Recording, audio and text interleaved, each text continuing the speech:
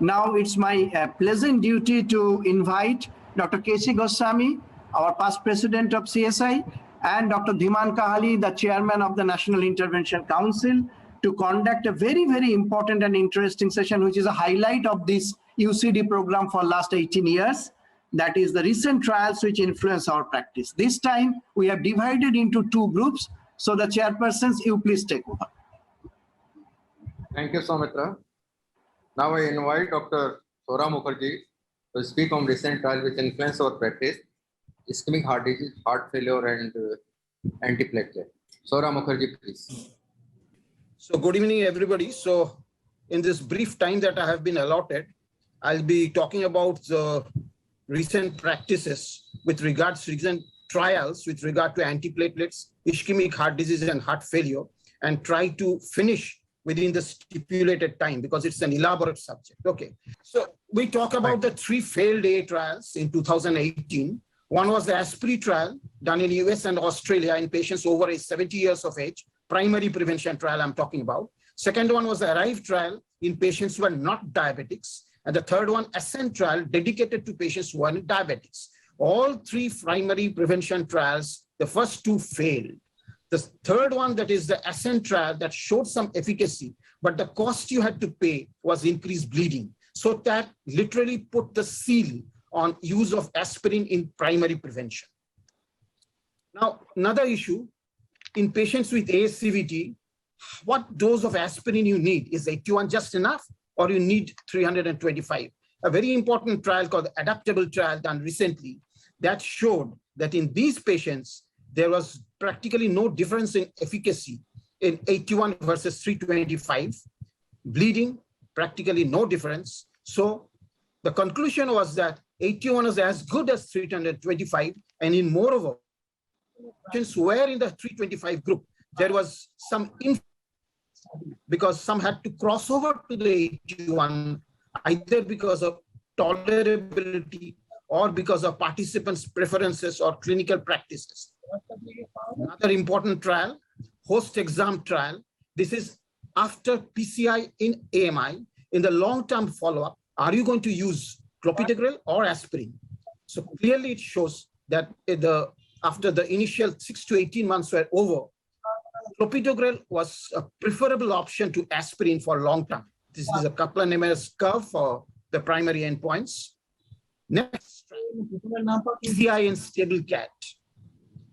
Three important trials: Courage way back in 2007, Orbita, a sham control trial in 2019, and the ischemia trial in the COVID era, 2020. The same thing, that there was no difference in primary endpoints in patients who are allocated to an invasive strategy versus medical therapy. So there was no evidence that the thing that we learned from the Courage trial that still remains, though there might be some differences in the trial design and the patient population, that still the medical therapies holds and don't disturb the coronary arteries in patients who have stable care. Very important issue in AMI, how many arteries to open? We have been traditionally teaching our students that shock is the only situation in which you go for a complete revascularization of all the arteries. Otherwise, you open up the culprit arteries. So that was the recommendation by ACC in 2013. Even the ESC 2012, that shock or severe heart failure is perhaps the only clinical scenario in which complete revascularization can be justified. So for shock, all the arteries, non-shock, culprit. However, these were the trials done in the period 2004 to 2019. The series of trials, some of them went for FFR guided strategy, some of them went for staged approach, but whatever, the success of this multiple PCI, multiple arteries, that is in addition, that is complete revascularization. So that led to this particular meta-analysis, which clearly shows that complete revascularization is better. And this information is incorporated into the latest guideline. And what was a class 3 indication in 2012 ASC has been upgraded to 2A in 2017 guidelines. So this is about patients who are not in shock. Surprisingly, there's a somersault. What about patients who were in trial? Culprit shock 2017, that showed that the primary endpoint, which was death and a composite of death and severe renal failure, that was more in the complete revascularization group. Maybe you have to think twice about it.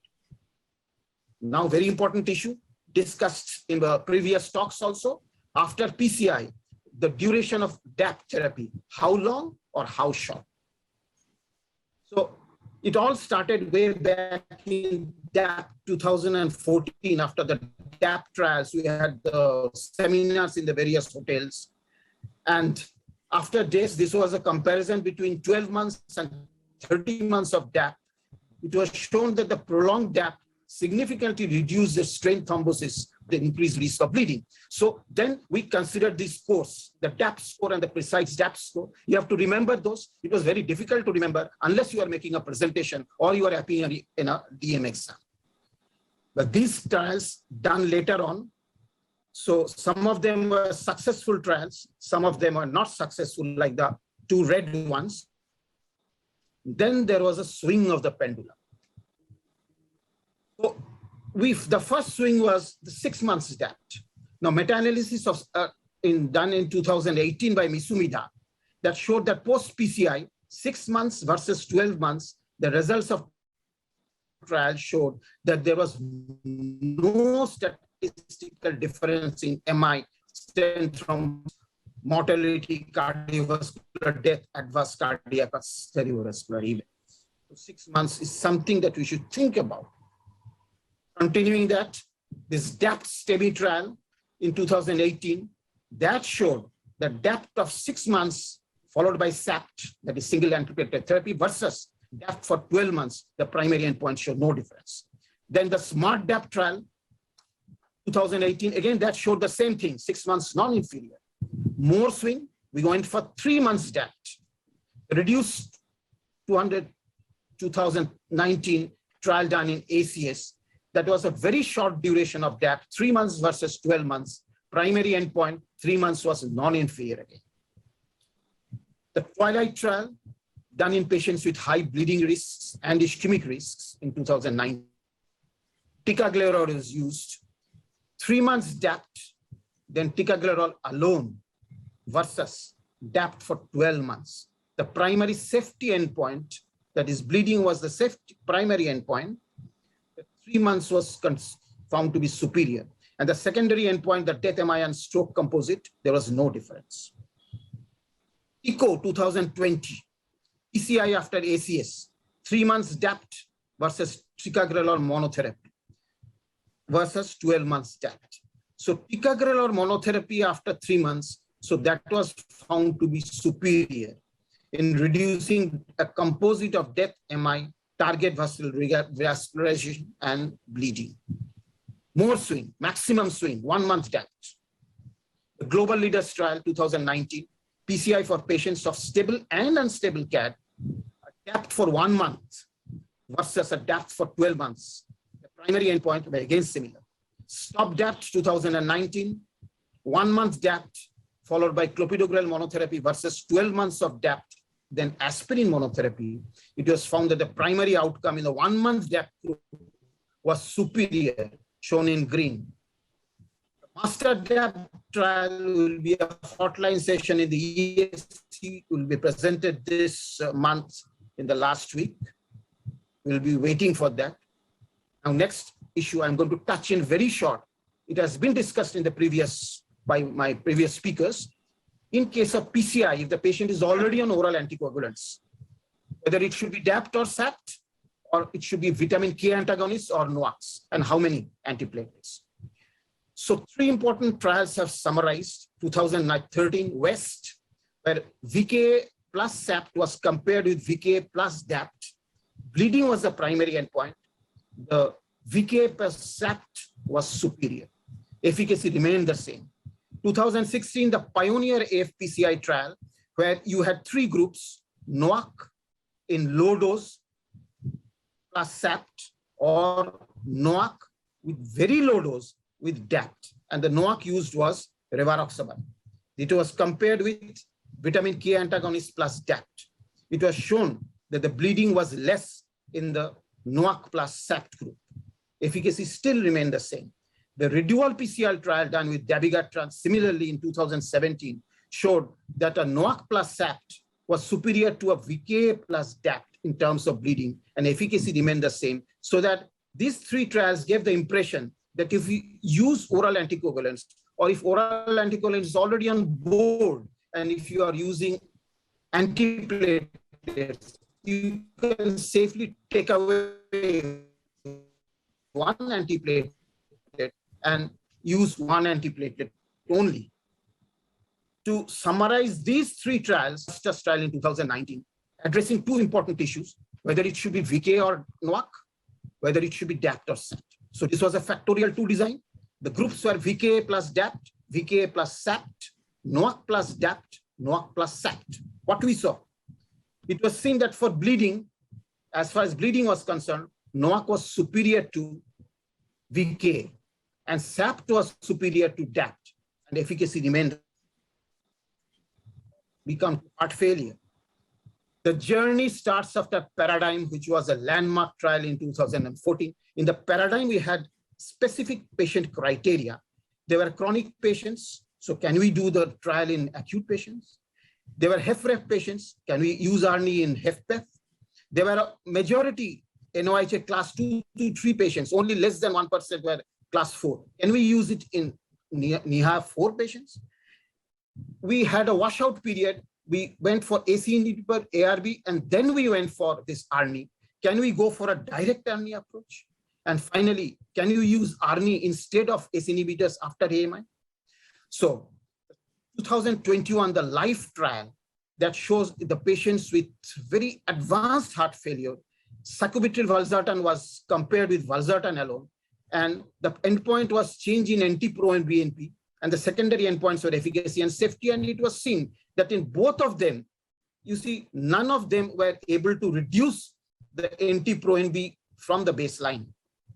And the secondary endpoints almost remained the same. So sacubitril valsartan comparison, this combination was not superior to valsartan. There might be some explanations like LIFE patients were sicker, run-in period was shorter, comparator arm here was valsartan instead of the ACE inhibitor in case of Paradigm. Now, acute heart failure. This pioneer heart failure trial in 2019 showed ARNI versus enalapril, the primary endpoint being an NT-proBNP change. So the ARNI was superior to enalapril because it significantly reduced the NT-proBNP level. ARNI in HFpEF, the trial was the Paragon trial, Paragon heart failure trial, where ARNI was compared to valsartan. And just before the ESC 2019, we got the sad news that ARNI narrowly missed the primary endpoint of death and heart failure hospitalization, though the safety profile was confirmed. However, based on the evidences, this year in 2021, FDA has opened up the use of sacubitril valsartan in patients with heart failure with preserved ejection fraction. Now, ARNI in ACE inhibitor naive patients who were never on ACE inhibitor or ARNI. Can you use it straight away? The 3 trials, Pioneer HF, Proof HF, and Titration study, they used ARNI in heart failure patients without a previous run-in period of ACE inhibitor or ARBs.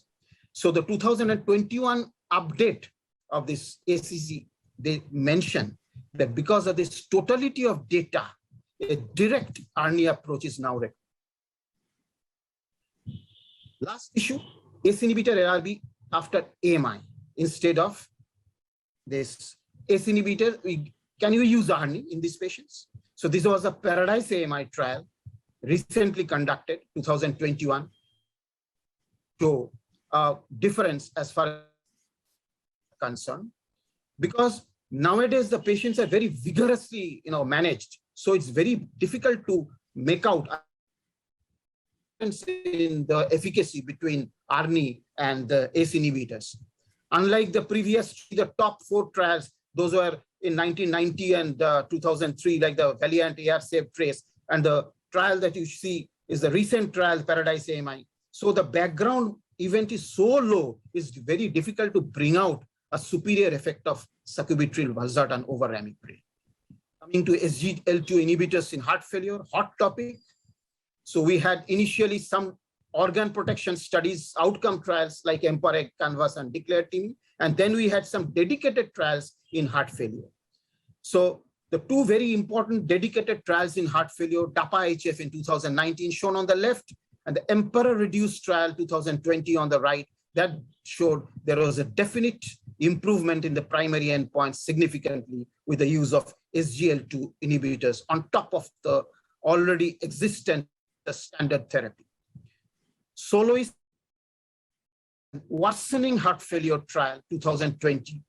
Worsening heart failure trial in diabetes mellitus patients, it was shown that the primary endpoints were significantly reduced by the use of this sotagliflozin. And the primary efficacy, this was observed in both patients who had LVEF less than 50 and over 50. The SCORE trial was done in patients with diabetes and chronic kidney disease, again with sotagliflozin, and a meta-analysis or a pooled data analysis, very important slide. On the left, you see patients with HFrEF. The pooled data from Soloist and SCORE, definitely in the primary endpoint. What is interesting is data from the Soloist and the SCORE in HFpEF patient. Again, there was a benefit. So we are smelling something that probably we are inching towards our target in the treatment of heart failure with preserved ejection fraction. And finally, the EMPEROR PRESERVE trial in 2021 was done in chronic heart failure with HFpEF. Empagliflozin was compared to placebo. And in July 6, 2021, we got the news that the single largest unmet need in cardiovascular medicine was satisfied because the primary endpoint was significantly reduced by empagliflozin. This will be presented in ESC in 2021. And so out of all these numerous slides, I have shortened my time. And the final take home is aspirin in primary prevention. No role. Dose 81 is just fine. Stable ischemic heart disease. Don't disturb the coronary arteries and let the patient live in peace in medical therapy. Post PCI in AMI. Clopidogrel scores over aspirin for long-term SAPT. DAPT after PCI. Pendulum is swinging from long to short to shorter to shortest. Role of ARNI after paradigm is keeping on expanding in various directions, but presently had stopped at AMI. SGLT2 inhibitors, the role of SGLT2 inhibitors in HFrEF, it's a runaway success, no doubt about it.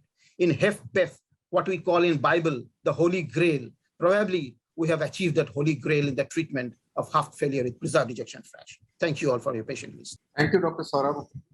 Over to my colleague, Dhiman Kahali. Thank you, Professor Goswami, and thanks, Soura. It was an outstanding lecture.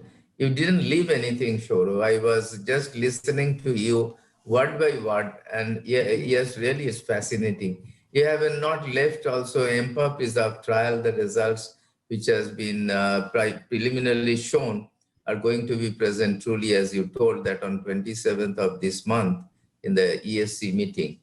And it's favorable because I was also a PI in both the trials, EMPEROR Preserved and EMPEROR Reduced trial, and they have really shown fascinating results. And as you told, last time it made the needs. But this Paradise MI, I think it will reduce the financial burden because many of us were using post-MI earnings, but from the recent trial data, it's very much imminent that it's not useful and we can revert back to ramipril as previously. Also, you have briefed all the antiplatelets in a very nice way, and increasingly we are reducing the duration of DAPT, which we have been listening from our previous speaker, Dr. Devdatta Majumdar, Dr. Debabrata Rai, and others. They have also given excellent lectures like you. And it's really fascinating to see that we are gradually reducing the duration of the DAPT and we are going for SAPT. And some of us, I think Imran mentioned about the Pegasus trial data. We have done a similar trial in the South Asian countries, Themis trial, with 60 milligrams BID of ticagrelor from second year onwards till the end of third year. So for next 2 years, and it was shown that even with that reduced dose of, ticagrelor, it was equally effective, like 90 milligrams BID. And as we have been discussing, I asked Professor Deepak Bhatt, who came last Sunday in our meeting, that what is your opinion regarding clopidogrel alone post PCI after 1 year versus aspirin alone in a dose of 75 here, or 100 milligram or 1 milligram, whatever is available abroad. So he told that the increasing data is showing that clopidogrel alone post PCI is better than aspirin alone. Some of the trials have come. However, we need much more randomized data to substantiate these facts. I have also been practicing this for long because of, acidity with aspirin alone, and for long-term aspirin, as you know, that it increases the bleeding risk only by its GI side effects, aspirin. So we are gradually reverting to clopidogrel alone. So you have mentioned everything, Shoro. I think it's an outstanding lecture, and I was fascinated by your lecture.